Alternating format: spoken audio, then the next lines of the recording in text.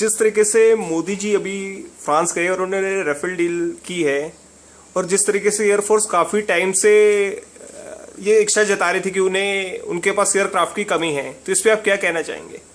देखिए, Rafale deal इस वक्त आपकी राष्ट्रीय सुरक्षा के दृष्टिकोण से अत्यंत महत्वपूर्ण और बहुत निहायत जरूरी थी।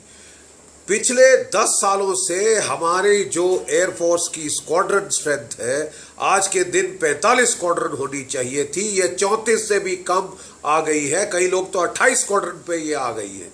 क्यों? हमारे जो मिग 21 जहाज हैं, जो मिग 23 जहाज हैं, जो मिग 27 जहाज हैं, वो तो आसमान से टपकने शुरू हो गए हैं। वो 1960 की टेक्नोलॉजी है। हमारी स्क्वाड्रन स्ट्रेंथ दिन ब दिन गिरती जा रही थी, जबकि जरूरत इस वक्त लड़ाई में जीत का दारोमदार वायु शक्ति, हवाई ताकत में रहता है। रफाल अगर नहीं आते तो हमारे लिए बहुत बड़े खतरे का जो है माहौल था। इस वक्त ये डील इस तरह से करना, मैं समझता हूं बहुत समझदारी और एक बहुत ही मास्टर स्ट्रोक है मोदी जी की, कि उन्होंने जो है 36 जहाज फ्लाई अवे कंडीशन में ले लिए हैं, जो अगले 2 सालों के अंदर हमारी स्क्वाड्रन जो है स्ट्रेंथ में आ जाएंगे। अगर मैन्युफैक्चर का अभी भी डील की बातचीत चल रही है, लेकिन जब तक वो चल रही थी, समय बीतता जा रहा था, लाइट कॉम्बैट एयरक्राफ्ट हमारा आया नहीं, मिग 21 जहाज टपक रहे हैं, 23 जहाज खत्म हो गए, 27 के जहाज आसमान से गिरने वाले हैं। तो रफाल नहीं लेते तो और क्या करते हम लोग? जैसे कंपैरिजन टू अदर एयरक्राफ्ट, कुछ लोग कह रहे हैं कि ये इतना बेटर नहीं है, दूसरे बेटर हैं, तो इस बारे में जैसे जो टेक्नोलॉजीज हैं वो आप क्या बताना चाहिए? मैं बिल्कुल सहमत नहीं हूं इससे। भारतीय वायुसेना ने एक बहुत डिटेल्ड और कॉम्प्रिहेंसिव इनका टेस्ट किया था, जिसमें F-16 फाइटर जेट और F-18 hornet fighter jet America के, मिग 35 जहाज रूस का, टाइफून फाइटर जो है यूरो फाइटर जहाज, और इसके अलावा साब ड्रैकेट जो कि स्वीडिश जहाज है। ये 5 जहाज थे ये रफाल के साथ, और इसको fighter deal of the century कहा जा रहा था। हमारी एयरफोर्स की जो प्रणाली है टेस्टिंग की, वो दुनिया भर में मानी गई है। सारी दुनिया इंतजार कर रही थी कि भारतीय वायुसेना कौन से जहाज को चुनेगी, ताकि उसके लेने के बाद वो भी ये जहाज लेने को आतुर हो जाते। तो इसके अंदर ये जो रफाल है, ये एक ट्विन इंजन जहाज है।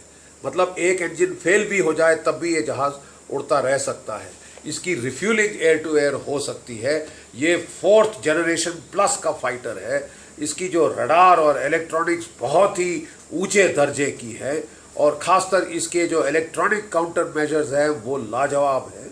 बहुत ही मनूवरेबल फाइटर ये है, और ये आने से हमारी एयरफोर्स में एक जो स्पेसिफिक कमी थी, वो कमी इसके अंदर पूरी हो रही थी। मल्टी रोल फाइटर एयरक्राफ्ट है। ग्राउंड सपोर्ट ऑपरेशंस के अंदर इसने लिबिया में, अफगानिस्तान में जो है बहुत ही महत्वपूर्ण भूमिका निभाई है। बहुत ही लाजवाब प्रदर्शन दिया है इस जहाज ने।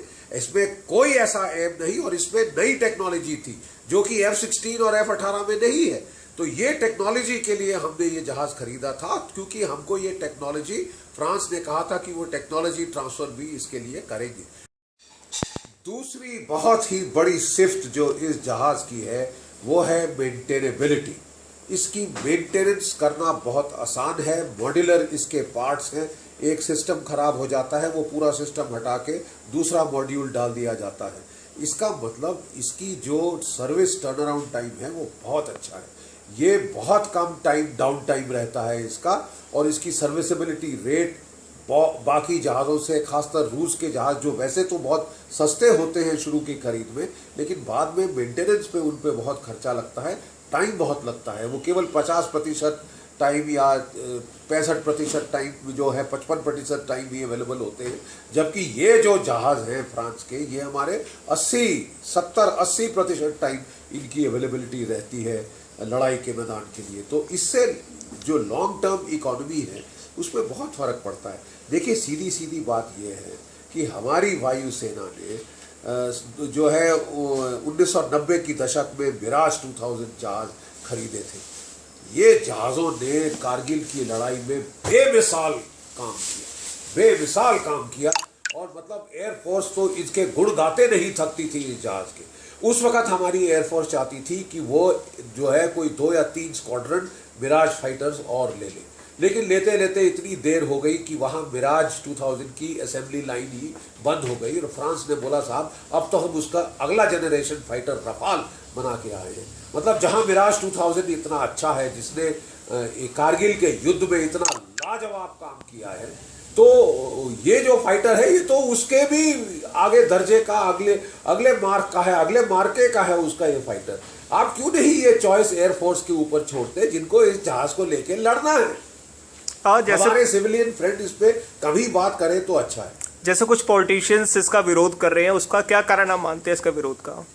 देखिए, बहुत हमारे देश में एक प्रणाली बन गई है कि जब भी कोई डील थ्रू होती है, 50 जो कंपनियां दूसरी हैं जो कि डील हार गई है, जो कि कंपटीशन में फेल हो गई है, वो उसके खिलाफ अनाप शनाप जो है प्रचार करना शुरू वहां पे कर देती है, प्रचार करवाना शुरू कर देती है। कई लोगों को वो इस्तेमाल करते हैं, कई लोगों को वो जो है उनकी अच्छी मंशाओं का भी वो नाजायज फायदा उठाते हैं।